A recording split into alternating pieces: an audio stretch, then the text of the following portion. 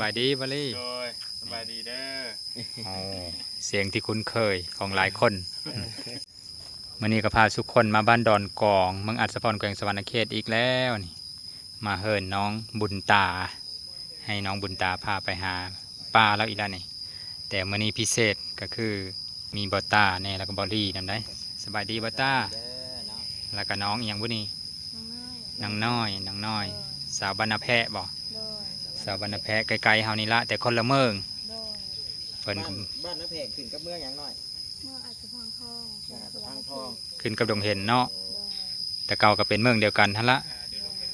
ขนาดซุมือนี่ก็ซุมเฮาก็ยังไปเฮ็ดธุรกรรมการเงินต่างๆก็ต้องไปดงเห็นได้เมืองอัศพรเป็นเมืองน้อยอยู่ได้ไปเมืองของน้องนี่ละนี่เมืองอัศพังทอง ติดทางเหล็กเก่าเพราะมันเจริญกว่าเมืองซุมเฮาละเป็นเมืองสร้างไม้ก็30 กว่าปีแล้วล่ะ ให้น้องเพิ่นมานั่งน้ำกันเลยนี่ก็ได้น้ำกันนี่เนาะพอดีเลยเพิ่นต้องพวงบูจักกันเลยนี่ เดี๋ยวนี้บอลีขึ้นไปถ่ายน้องอยู่เทิงบน ยับเข้าใกล้ๆกันอยู่น้อย ยุ่ง ลายแห้งยุ่งมานี่นะฝนตกเด้มาเมื่อวานนี้ยุ่งบหลายได้ละเนาะบ่ค่อยมีเมื่อวานนี่นะ ขาตั้งกล้องสู่ชีวิต อ๋อผู้สาวงามมานั่งนำกันบัดนี้ ลืมอยู่บ่เลยบ่ได้อยู่ได้แล้วบ่เป็นจ้ะ นี่กาตังกองบัตตานี่คัดซิกซะได้นี่ไม่ปิงไก่ พอดีน้องน้อยเพิ่น สบายดีบอลี่ โดยสบายดีเด้อ เสียงที่คุ้นเคยของหลายคน เสียงเคย บอกว่าเตียงทองกะบอลี่นี่แหละนี่เสียงแบบนี้นะ โดย อืม ก็เสียงนี่แหละคล้ายๆกัน เสียงคล้ายๆกัน ชาโบเบิ้งคลิปนี่เสียงหัวบ่เสียงง้อบ่อันเดียวกันเล อ๋อย เดียวกันนั่นแหละกันรับตานี่เนาะรับตาเบิ่งบ่บ่เตียงทองมาแล้วล่ะ เคยเห็นอ้ายแล้วบ่ บ่เคยเราบ่เคย หาเคยเห็นมื้อนี้สงสัยต้องไปหาเนี่ยมันขึ้นฟีดละน้องเป็นบ่เห็น อืม อ๋อเมื่อวานนี่ทางบอจิตนั่นน่ะเป็นลานของเพิ่นชื่อหยังเกาะที่บอจิตไปเฮือนเพิ่นน่ะ สู้ ฮะ สู้ ตู้ สู้ ซุ สู้แบบซอสระอุ เอาซุ ชื่อคือเมียบ่เสียง ปลาสุปลาของน้อง สุแม่นแหละ ซุ เมียบ่เสียงเด้ เอาอันเดียวกันเลยโอ้ เออ อันเดียวกันเลยเนาะโอ้ ปลาสุอยู่บ้านยังนี่เฮาอยู่บ้าน บ้านดอนกอง ดอนกอก ถิ่นผู้ไทย ผู้ไทยหมดเลย ผู้ไทยหลายและอัศพรนะ70% ผู้ไทย ขึ้นมาทางนี้นะ แม่ล่ะนอกจากนั้นก็เป็นอันเผาลาวเทิงหรือว่าเผาบลูนั่นแล้วก็มีลาวปะปนเนี่ยเป็นข้าราชการบ่หรือว่าเคยมาจากทางอื่นบ่แบบนี้นะลูกมันเป็นไผมาจากอื่น แล้วก็ผู้ไทย แม่ล่ะผู้ไทย เนาะ บัดยับลงไปทางหน้ากระทิ่งพูดนี่แม่น ลาวเทิงตัว เรา นั้น ถึงเนาะ แม่ล่ะ โอ้เพราะว่าเวียงเราบ่ได้บอกอยู่ที่ไหนก่อนเลยออกทางไกลทางเหล็ก10บ่สิเป็นลาวเทิงหลายกว่า ปะปนกันนะ สมมุติว่าทางบ้านเฮาสิมาได้อีหล่าเพิ่นมาได้เมียอยู่พี่สินะ แม่น่ะ แตกลูกแตกหลานเป็นคนลาวตรงนี้ จำเนียงเงี้ยบัดนี้เนาะ เจ้าเนี่ย แต่ก็มีอยู่ได้ไผ่บันโคกมาอยู่นี่ แน่ เจ้าฮู้บ่นี่เฮือนเพิ่นอยู่ลุมเจ้าว่าอ้ายกับโปรจักชื่อเพิ่นเฮือนเพิ่นอยู่ลุม เราบอกแล้วบอกตู้แล้วชื่อยัง ฮู้ชื่อช่ำตัวเว้ย แต่ว่าคนเซโนมาเอาแม่อยู่เอาโพอยู่นี่ เพิ่นโคตรแม่นมันโคก เซโนพุ่น โคกทั้งเซโนโคกกวายแม่นเฮือนติดทางเฮือนหลังน้อยน่ะเด้อ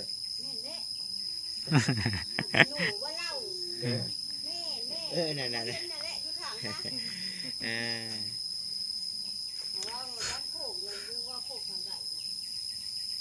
แต่ว่ายังบ่เคยมาปานนั้นซุมเจ้ากันเนาะ แม่ยังโอ้ยแต่ว่าเจ้าบ่พามาเลยจักสิชอดใช่อีกแน่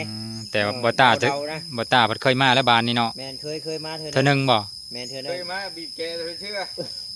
มายังเท่านั้นพัด โอ้เพิ่นชวนมาแก้บักแตงกับมันน้ำผ้ายามฝนมันลึกลับเกิน อ๋อ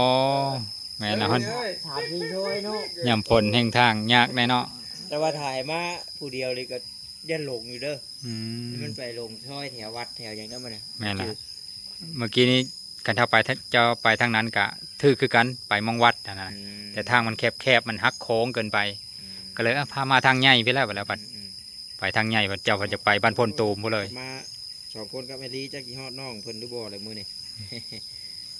เคยบัดนี้ได้เคยคุ้นเพิ่นอยู่บ่ใน YouTube บ่เคยบ่เคยครับ บ่ นี่ บ่ค่อยได้เบิ่ง แนะนำชื่ออยู่นั่นน้อยแนะนำเป็นทางการเด้ อายุทำการทำทักบอก บ่ เจ้าเนี่ยเท่าไหร่ที่มาปี น้อยเด้ ว่า17 เอเอื้อยใช่เนาะ จะเป็นรุ่นเอ๋ย จักว่าลืมอายุจักเลยเนาะ จ้าเลยบุญตาถึงหมดแล้ว บุญตา ซื้อมอนเนาะอ้อยปล่อยกระลมจะได้เรามักเลย ก้อยว่าสิบ่มักผู้ชาย ให้ แบบนี้ เชี่ยวกันซะให้เชี่ยวกัน เออเนาะ ได้เชี่ยวผู้ไทย คืออยู่ได้หน่อย มื้อน่ะคือไก่นะต้ม โอ้แหกเสียวต้องมีไก่เลยนะเนาะ เอา ไก่ ต้ บ่ มไก่เลย ต้มไก่อ่า มาพี่ดูเราจะได้อันผู้บ่าวอยู่ตรงปีเลย ขอถามแล้วค่าดองผู้นี้ถือกว่าผู้นั้นได้ บ่เท่าไรทางนี้ เสียง โยโยว่าถือเอาถามแล้วเบิ่งขอถามแล้ว บอก บ่แพงบ่แพง ก็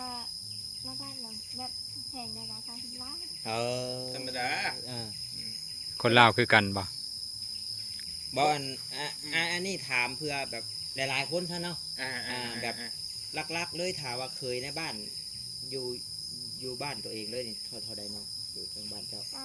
อยู่ตามบางคนก็ล้านหนึ่งหรือ5 ล้านเนี่ย กับบ่แพงนี่ คนบ้านเดียวกันละทึ บัดเคยทั้งอื่นนี่แม่นรักษามนะเนาะโอ้ แพงนี่ แบบแต่ว่ามีควายมีหยังนำบ่ นี่ โอ้ สีแดงงูซองโตนะ เออ คำได้มีบ่ค นี่น้อยสุด1 สลึงสูงเนี่ย2 บาท ำสลึงเดียว สลึงหนึงเท่าไหร่เฮ้ยจิ โอ้สลึงหนึงกับมันก็ฟาดไปเกือบประมาณ 30,000กว่าๆอยู่จักเนาะ บ่ฮ บ่ อด บ่ฮอดบ่ฮอด เอ้ยเนาะสองเนาะส อั อน ง บาทหนึงมันจักสลึง บาทหนึง4ไปแล้วสี่ สลึง 50ล้านแล้วว่าบาทหนึงแล้วก็หารซีบัดนี้ได้เท่าไหร่ล่ะ สองป้ายเนาะยังไง50 25ล้าน 25 บ่แม่น เฮ้ย 12ล้าน เออ 12ล้าน เออ ประมาณนั้น แต่ว่าพิเศษแบบนึงแถวผู้ไทยซุมเฮาพัด อืม มักมีแบบติดขะดองหั้นนะให้ครึ่งหนึงสิว่าหลายๆไว้สมมุติว่า30 ล้านนี่ก็บ่ได้ให้หมดได้ ให้ครึ่งหนึงเพื่อว่าอันลูกหลานปะกันเลิกลากันยังเอาส่วนที่เหลือนะคันถ้าบ่ปะบ่ละกันก็แล้วไปเลยบ่ให้เลยตัวนั้นน่ะตลอดชีวิตเลย อืม โอ้ สมมุติว่าค่าดองอีหล่าเพันนี่30ล้าน อืม เอามาให้ซะ15ล้าน แม่นล่ะ แล้วก็15ล้านป้า คัน ไว้ ถ้าคำกับเขาเอาสมมุติว่าเขาเอาบาทหนึงอันนี้ก็เขาก็ให้ครึ่งหนึง ต้องให้ครึ่งหนึ่ง ในมืออันแต่งมืออันคออันนั้นนะ อืม ปะไปเลยส่วนนั้นนะคันถ้าบ่เลิกแล้วก็แล้วไปเลย เขากันไว้อย่าลูกหลานเลิกกันปะกันอันนั้นนะ ถือว่าพอพังเนาะเท่านี้เนาะสมมุติว่าผู้นี้ไปมีผู้บ่าวใหม่อย่างไรผู้นี้ต้องมาเสียให้บ่ เสียกับบหลายซ้ำผู้ชายไปก่อน เออ กับผู้หญิงไปก่อน เสียเปรียบแล้วแบบนี้เนาะ บัตรน้องน้อยฟาดไป100 ล้านเนาะว่าแม่นแส แส น น ห ห นึ นึ ง งแสนบาทในค่าดองเพิ่น เออ โอ้ แสนบาท อืม คำเด็เจ้าเมย์จะว่าเท่าไหร่ก็ จักเท่าไหร่แล้ว เพิ่นเราหยอกกันอันดับ2 บาทผู้จักคันกันนะ ใครสิขายออกก่อนกันเอาเจ้าสมมุติ รุ่นเนาะอันนี้บริวารชัยประชันมาซีเดอร์ผู้ใดเนาะ2 คนนี่เนาะ ต้องอัพแล้วต้องอัพแล้ว ต้องอัพ เจ้าต้องลดแล้ว ลดได้ แล้วล่ะ ขนาดน้องเพิ่นยังลดเลยล่ะ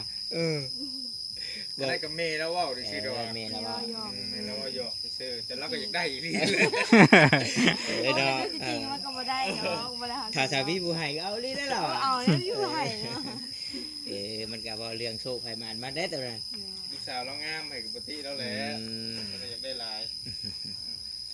มีแต่ว่า2 คนเพิ่นได้รู้จักกันแล้วเนาะพี่น้องเนาะแล้วก็ผู้ละเป้าหมายหลักๆก็เลยก็สิชวนน้องเพิ่นไปทางเฮือนป้าพี่น้องเนาะไปเบิ่งทางเฮือนซาลันแป้นป้าเพิ่นก่อนแต่ว่าอันนี้เป็นเฮือนเจ้าเองเนาะน้องเนาะน้องบ่หรือหลาน ล้าน หลานบัดพ่อแม่ไปใส่เบิดแหละ ไปให้ ไก่บ่ให้ ไก่ดอก ไก่อยู่เดี๋ยวถ้าบ่ไก่สิชวนน้องน้อยไปเสียหญ้าซอยเด้ แต่บ่ไหวยุ่งหลายเท่าไหร่เนาะต้องซื้อยาอุ่นนุ่งมาเด้อ มีเฮ็ดปวกอยู่บ่แม่ปี มีแต่ว่ามันยาอ่อนแล้วเป็นอย่างนั้น สอบได้ที่หนึ่งได้ บ่โอ้ยยังเฮียนอยู่บ่นี่มอใดอะไรนี่ มสี่ มอสี่ เอามหาลัยสิว่าโอ้ ที่หนึงทุกเดือนเลย ได้จักเทื่อได้จักเทื่อ ได้เทื่อ ได้เย็นมานี่ ต้องเธอ โอ้บ่ธรรมดาได้ เติม เนาะ หนึงนะไม่เติมหนึงอยู่สอบได้ที่หนึ่ง บ่ต่างแต่เฮียนมาบ่เคยพอเลขหนึ่งก็คือได้เลขเก้าเลขสิบ โอ้ บ่ ยเลขห้าที่50 60เดี๋ยวว่าคนนั่น6 70คนในห้องก็ได้ผู้ละที่จุ้ยผู้ละ เกือบท้ายแถวละบ่ ได้เดียวมักหาพ่อกระป๋อมเด้บ่ได้คอยต่อเอียด แต่หน้าเป็นบ่ล่ะ บอเราเป็น บ่เป็น โอเวนเฮ็ดหยังเป็นเนี่ย ดำน้ำโลกา อาการอะไรอยู่ โลกาดำนา ไปนี่นะเนาะ เป็น เวียกผู้หญิงเป็นหมัด เก่งน้ำไม้น้ำมันเป็นอยู่เนาะ แต่ว่าเรื่อ บอกกันว่าคันให้ชนะเป็น50ล้านก็พอแต่งอยู่ได้ เอาเร็วเนาะนี่ เดี๋ยวเอาเดี๋ยว นี่บ่จิตเด้เราเห็นบ่จิตลงกันเรื่อยอยู่ไอ้หน้าเก่งใจหุ่มอยู่ คนนี้เป็นบ่ เป็นไง ไทยหน้า โอ้ เป็น เป็นดอกผู้นี้ เป็นได้ได้คือจะบุญบุญอยู่ เป็นดอกผู้นี้นะโอ้บ่เป็นก็บ่ได้เด้ผู้นี้ ว่าอย่าว่าหัวน้องๆเพิ่นพี่น้องเนาะกะครอบครัวเจ้ามีอยู่จักคนเหรอเนาะ เฮ็ดไปโนดแข้งขึ้นมาบ่ จักหน่อย แม่นบ่ล่ะ ไปยันมันคำเนาะเดี๋ยวส่วนน้องเพิ่นไปยาวต่อ2ตัวก็ห่วยฮะเว้า ตอนนี้ก็ให้น้องบุญตาพาไป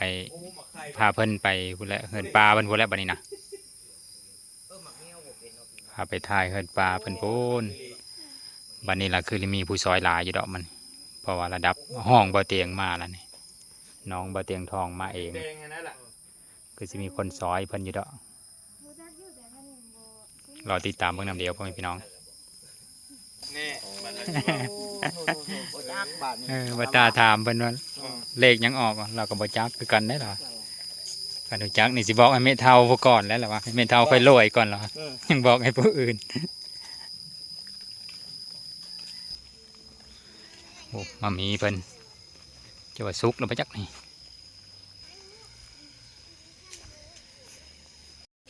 หำน้อยก็ไปนำนี่หำน้อยก็อีลาน้อยบ่นั่นน่ะมาน้อยผู้หญิงบ่ผู้ชาย โตแม่ อีลาน้อยอีลาน้อยก็ไปนำ โอ้เนาะที่กันเนาะอยู่พี่เนาะ เขาไปมุมนั้นแห้งคัก เดี๋ยว มุมนั้น โอ้ที่แต่ว่าเฮือนไหม้ นั่นล่ะ เฮือนไหม้แต่แบบเกิดเหตุเล็กน้อยจูด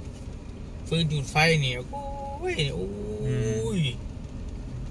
บ่ต้องเว่าถึง ถ้าเจ้าเข้าไปมุมนั้นนี่แห้งคัก หลังคาเกือบจุกันเลย หลังคาจุกันก็มีคิดว่าเป็นคนคิดว่าเป็นเฮือนเดียวกันนะเขาเข้าใจว่า โอ้ เมื่อไรบอกว่าคนละเจ้าได้ป่ะคนละ อ่า เฮือนไปเฮือนมั่นได้ป่ะข้างในอยู่พุ่นนะ ที่กันได้ดีเฮือนข้าวแต่ก่อนก็คือว่ากันนั่นนี่แหละให้มีเงินนี่ก็ขึ้นดินเนาะปัจจุบัน เลี้ยวซ้ายเนี่ย เดี๋ยวใส่บ่ เสาไฟฮะ เขาได้อยู่บ่เขาได้บ่ เขาก็ห้อยแต่กกขามนี่แหละจอดเป็นครบกกขามนี่ โอ้โอเค เลยไปพุ่นก็เป็นบ้านกกแดง โอ้อีกบ้านหนึงนี่ผม นี่นะแต่ว่าใกล้ๆกันแนบเห็น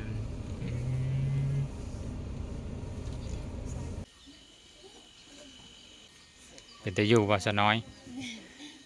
ผมค่ะขนาด อืม ผมขาว ผู้บ่าวก็หลายได้บ้านนี่ก็ได้บ้านก็ใหญ่ ไหวเลยน้องเอ้ย มาฮอดพี่แล้วตอนนี้ เพิ่นกำลังเตรียมโตวกันอยู่ เดี๋ยวสน้อยยังแวะเข้าไปเฮินปลาเพิ่น เจียว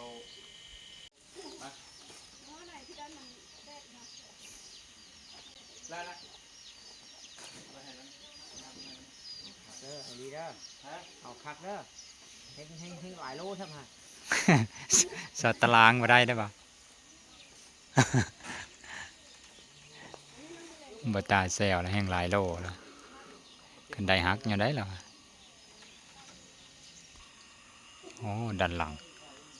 อันนี้เฮือนเขาทางปีทางหลังเฮือนปลาเพิ่นก็แบบนี้นี่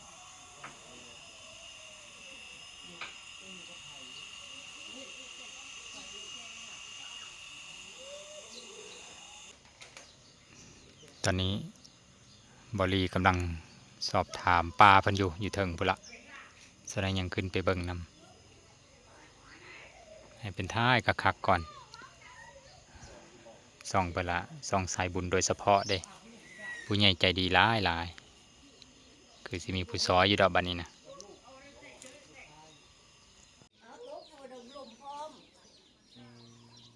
อยู่ในใดแบบนี้นอนรับอยู่บ่ ไม่นอนเลยทั้งหมดวาดเสร็จแล้วไม่นอนที่หมอลำจะได้ไป อืมมันน่ะสิเปียกกันแล้วคือว่าเนาะ หากระแห้งบ่เมื่อคืนนี่เป๊ะแล้วเนาะมึง เห็นเดือนเห็นดาวไปเลย คนกับบ่แหงก็ได้พอใช้ขาเล่งหันลมมาแล้วมันแหงกว่า เป็นตะยานในลมเนาะอย่ามันคุลงมาใส่บ่ แม่นแล้วเขาเห็นแล้วก็ไม่โดกมันนะแต่โครงมันน่ะยังพอได้อยู่โครงห่างเพิ่นมุงสังกะสีใหม่กันน่ะจะดีอยู่พอได้มุงให้เราก่อนก็ เห็นเดินเห็นดาวคือบรีเว้าอะไร แม่นนั่นแหละเห็นเบิดเลย กระปูกึ่งปึ้งถึง ยาม ก็ได้ ฝนก็เห็นฝนนั่นแดดก็เห็นแดด นั่งลงลูกนั่งลงตะกู้จักบนตะกู้นั่นกระบะอยู่ดีมีแห้งสบายดีเด้อยายเด้อโดย